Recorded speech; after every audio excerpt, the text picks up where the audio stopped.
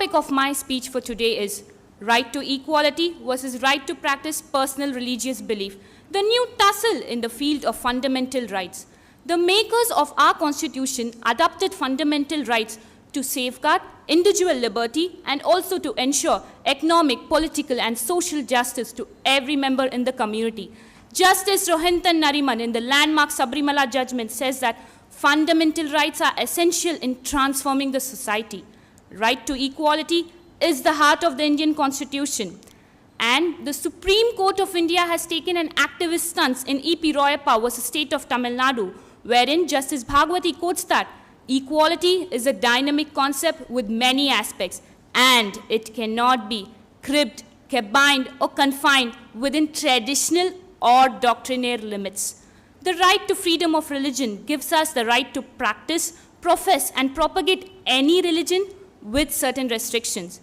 In Ratilal versus State of Bombay, the court has clearly said that courts could interfere with the right to freedom of religion if and only if a particular practice offends against public order, health, or morality, or it not being an essential religious practice contravenes any law of political, economic, or social regulation.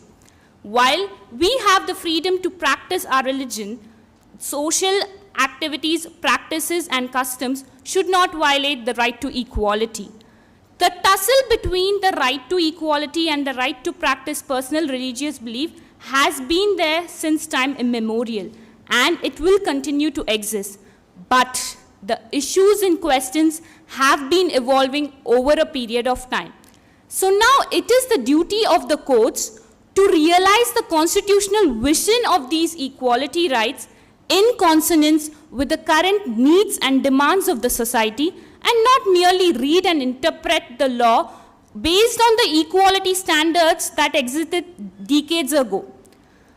Adi Saiva Sivacharyalgal Nalasangam versus State of Tamil Nadu, Shaira Banu versus Union of India, Dr. Noorjahan Safiya Naz versus State of Maharashtra, and the very recent Young Indian Lawyers versus State of Kerala are some of the interesting cases that revolve around this tussle. The judicial crafted theorem of essential religious practice has been the basis in arriving at judgments for these cases. In N. Adityan versus Travancore Devaswam Board, the court has succinctly laid down as to what the approach of the courts must be in deciding what an essential religious practice is in the following words. As to what constitutes an essential religious practice has to be decided by the courts, but in reference with the doctrines and tenets of that particular religion. Constitutional morality is another buzzword based on which solutions to resolve this tussle is looked upon. In Navteej Singh Johar and others versus Union of India, the courts has said that constitutional morality should assure a principle and inclusive society, pluralistic and inclusive society, at the same time adhering to the principles of constitutionalism. Every story, every debate, every controversy has two sides. One of the important factor we have to analyze when deciding on this story, controversies, or debate is whether the people who are demanding this right to equality against certain discriminatory or derogatory religious practices are followers of the said religion in the first place or not. In a country with such diverse customs and practices, even among the people who share the same faith, questioning irrational practices without improving the scientific temper may do more harm than good to the country.